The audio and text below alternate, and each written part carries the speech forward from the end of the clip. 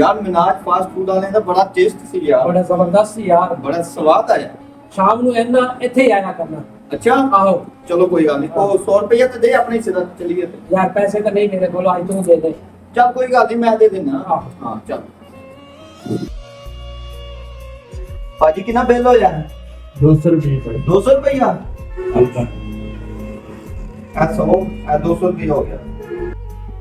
ਭਾਜੀ ਇਹਦਾ 100 ਮੈਂ ਦਿੱਤਾ ਹੈ। ਇਹਦਾ 100 ਵੀ ਤੁਸੀਂ ਦੇ ਰਹੇ ਹੋ ਭਾਈ। ਹਾਂਜੀ ਇਹਦਾ 100 ਮੈਂ ਦਿੱਤਾ ਹੈ।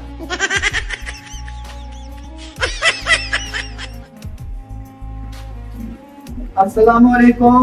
वालेकुम सलाम। भाजी की हाल ने? खैरियत है सही जी। बाल कटवाने नहीं जाता है मैं कहा। हैगा टाइम ਅਸੀਂ ਕੱਟਦੇ ਨੇ ਜੀ।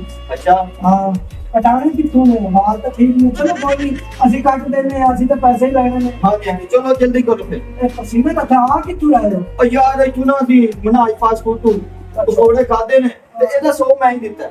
ਅੱਛਾ ਹਾਂਜੀ ਇਹਦੇ ਪੈਸੇ ਤੁਸੀਂ ਦਿੱਤੇ ਨੇ? ਹਾਂ ਇਹਦੇ ਪੈਸੇ ਮੈਂ ਹੀ ਦਿੱਤੇ ਨੇ।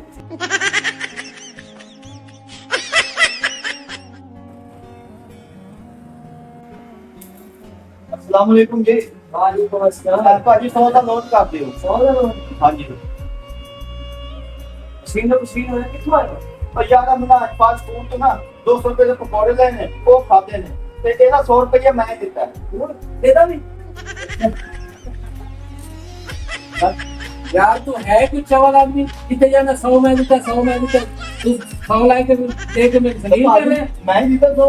चल वाला आदमी ना जाए फड़ 400 बकाया दे मेरे।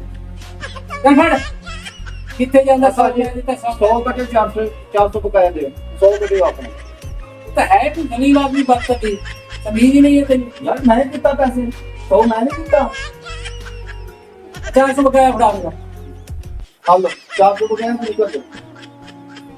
ਕਹਿੰਦਾ ਸੀ ਨਾ ਮੇਰੇ ਕੋਲ ਪੈਸੇ ਨਹੀਂ ਆ, ਉਹ ਵੇਖ ਲੈ ਜੇਬ ਵਿੱਚ 500 ਰੁਪਇਆ ਲੈ ਪੈਦਾ ਸੀ। ਹਾਂ ਹੁਣ ਦੇ ਕੇ ਦਿੱਤਾ ਨਾ 100 ਰੁਪਇਆ, ਨਹੀਂ ਪਤਾ ਲੱਗਾ ਉਹਨੂੰ। ਹਾਂ ਪੈਸੇ ਨਹੀਂ ਆ।